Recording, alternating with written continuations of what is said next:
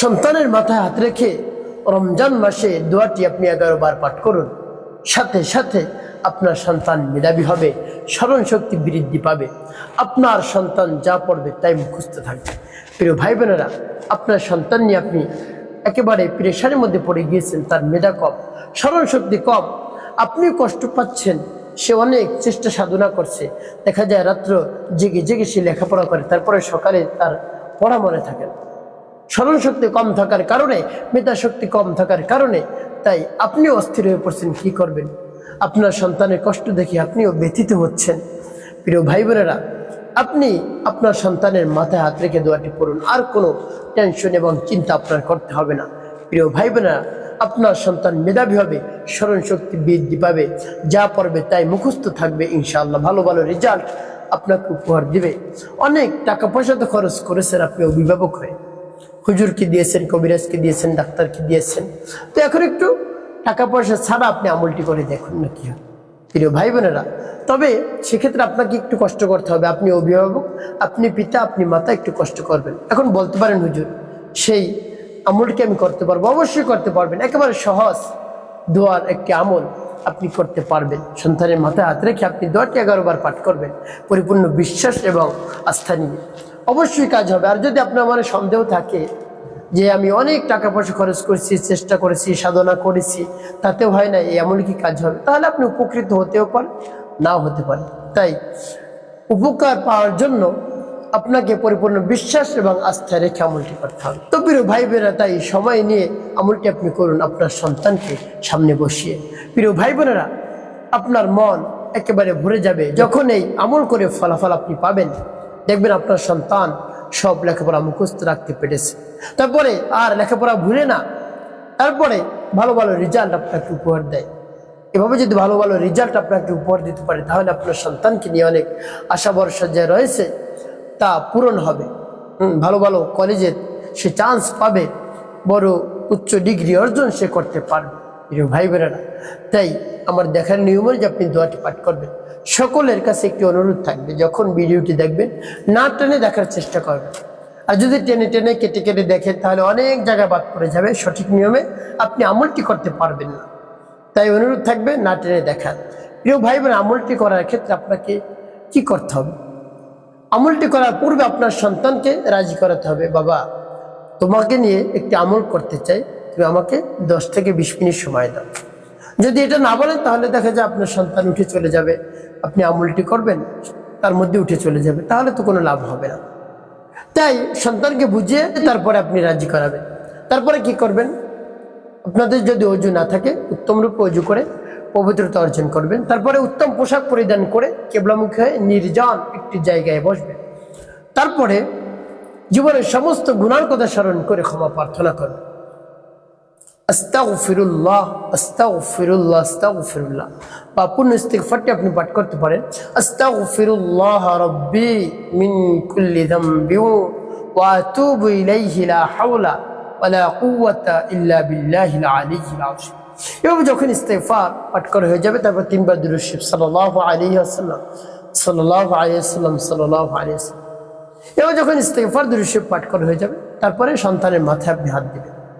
হাত দেওয়ার পরে আপনি চিন্তা করবেন কোন উদ্দেশ্যের জন্য আপনি আমল করতেছেন। সে উদ্দেশ্য কথা মনে মনে আল্লাহ রাব্বুল আলামিনের কাছে বলবেন, হে আল্লাহ, আমার আমলকে কবুল করুন, সময়কে কবুল করুন।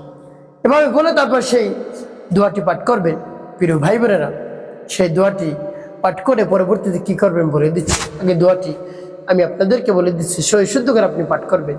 আর আবার দেখার নিয়ম যে আপনি পাঠ করবেন যেমন বিসমিল্লাহির রহমানির রহিম, সুবহানাল্লাহি ওয়ালহামদুলিল্লাহি ওয়া লা ইলাহা ইল্লাল্লাহু আল্লাহু আকবার, সুবহানাল্লাহি ওয়ালহামদুলিল্লাহি ওয়া লা ইলাহা ইল্লাল্লাহু আল্লাহু আকবার, সুবহানাল্লাহি ওয়ালহামদুলিল্লাহি ওয়া লা ইলাহা ইল্লাল্লাহু আল্লাহু আকবার, সুবহানাল্লাহি ওয়ালহামদুলিল্লাহি ওয়া লা ইলাহা ইল্লাল্লাহু আল্লাহু আকবার।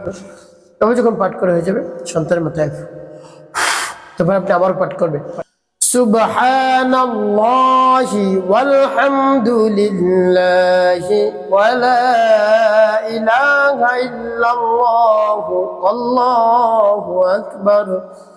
সুবহানাল্লাহি ওয়ালহামদুলিল্লাহি ওয়া লা ইলাহা ইল্লাল্লাহু আল্লাহু আকবার। সুবহানাল্লাহি ওয়ালহামদুলিল্লাহি ওয়া লা ইলাহা ইল্লাল্লাহু আল্লাহু আকবার। সুবহানাল্লাহি ওয়ালহামদুলিল্লাহি ওয়া লা ইলাহা ইল্লাল্লাহু আল্লাহু আকবার। পাঠ করে সবাই তারপর আপনি মনে দরদ নিয়ে আবার পাঠ করবেন সুবহানাল্লাহি ওয়ালহামদুলিল্লাহি ওয়া লা ইলাহা ইল্লাল্লাহু আল্লাহু আকবার। সুবহানাল্লাহি ওয়ালহামদুলিল্লাহি ওয়া লা ইলাহা ইল্লাল্লাহু আল্লাহু আকবার। সুবহানাল্লাহি ওয়ালহামদুলিল্লাহি ওয়া লা ইলাহা ইল্লাল্লাহু আল্লাহু আকবার। সুবহানাল্লাহি ওয়ালহামদুলিল্লাহি ওয়া লা ইলাহা ইল্লাল্লাহু আল্লাহু আকবার। পাঠ করে আবার একটি ফু দিবেন সন্তানের মাথায়। প্রিয় ভাই কতবার 11 বার পাঠ করে 11টি ফু দিবেন সন্তানের মাথায়। সর্বশেষ 11 বার দুরূদ ইব্রাহিম পাঠ করবেন, একবার কম যেন না হয়, গুনে গুনে আপনি পাঠ করবেন নবীজি সাল্লাল্লাহু আলাইহি ওয়াসাল্লাম মুহাব্বত নিয়ে, ভালোবাসা নিয়ে। যেমন আল্লাহুম্মা সাল্লি আলা মুহাম্মাদিন ওয়া আলা আলি মুহাম্মাদ কামা সাল্লাইতা আলা ইব্রাহিম ওয়া আলা আলি ইব্রাহিম ইন্নাকা হামিদুম মাজিদ। আল্লাহুম্মা বারিক আলা মুহাম্মাদিন ওয়া আলা আলি মুহাম্মাদ কামা বারাকতা আলা ইব্রাহিম ওয়া আলা আলি ইব্রাহিম ইন্নাকা হামিদুম মাজিদ। اللهم صل على محمد وعلى ال محمد كما صليت على ابراهيم وعلى ال ابراهيم انك حميد مجيد. اللهم بارك على محمد وعلى ال محمد كما باركت على ابراهيم وعلى ال ابراهيم انك حميد مجيد. اللهم صل على محمد وعلى ال محمد كما صليت على ابراهيم وعلى ال ابراهيم انك حميد مجيد. اللهم بارك على محمد وعلى ال محمد كما باركت على إبراهيم وعلى آل إبراهيم إنك حميد مجيد. اللهم صل على محمد وعلى آل محمد كما صليت على إبراهيم وعلى آل إبراهيم إنك حميد مجيد. اللهم بارك على محمد وعلى آل محمد كما باركت على إبراهيم وعلى آل إبراهيم إنك حميد مجيد. اللهم صل على محمد وعلى آل محمد كما صليت على إبراهيم وعلى آل إبراهيم إنك حميد مجيد. اللهم بارك على محمد وعلى آل محمد كما باركت على إبراهيم وعلى آل إبراهيم إنك حميد مجيد. এভাবে যখন দুরূদ ইব্রাহিম পাঠ করা হয়ে যাবে তারপরে দুটি ফু দিবেন সন্তানের মাথায়। ভাই বোনেরা, আপনার আমলটি করা শেষ, এখন কি করবেন? আপনার সন্তান সহ আপনি আল্লাহ রাব্বুল আলামিনের সেই দরবার হাত উত্তোলন করবেন এবং দোয়া করবেন আল্লাহ রাব্বুল আলামিনের কাছে, আল্লাহ আমার সন্তানকে নিয়ে অনেক পেরেশানির মধ্যে রয়েছে, আল্লাহ এই পবিত্র রমজান মাসে আমার সন্তানকে বাধ্য করে দিন, আমার সন্তানকে মেধাবী বানিয়ে দিন, আল্লাহ স্মরণ শক্তি বৃদ্ধি করে দিন, সে যেন লেখাপড়া মনে থাকে, তার ভালো ভালো রেজাল্ট যেন সে উপহার দিতে পারে আমাকে। আল্লাহ আমি অনেক পেরেশানির মধ্যে রয়েছি, অনেক চিন্তার মধ্যে রয়েছি, কি করব? আপনি সব কিছু দূর করে দিন, সব সমস্যার সমাধান করে দিন। এভাবে আল্লাহ রাব্বুল আলামিনের কাছে মন খুলে প্রাণ ভরে বলবেন, সন্তানের জন্য এভাবে দোয়া করবেন, মনে ব্যথা নিয়ে বেদনা নিয়ে আল্লাহ রাব্বুল আলামিন অবশ্যই কবুল করে নেবেন। আপনার সন্তানের মেধা শক্তি রব্বে কারীম বৃদ্ধি করে দিবেন, আপনি দেখে অবাক হয়ে যাবেন। প্রিয় ভাই বোন, একটি কাজ করতে হবে, 5 ওয়াক্ত নামাজ আপনাকে আদায় করতে হবে, মানুষের কল্যাণে খেদমতে কাজ করবেন, অবশ্যই আপনার জীবন হবে সুখময় এবং শান্তিপূর্ণ ইনশাআল্লাহ।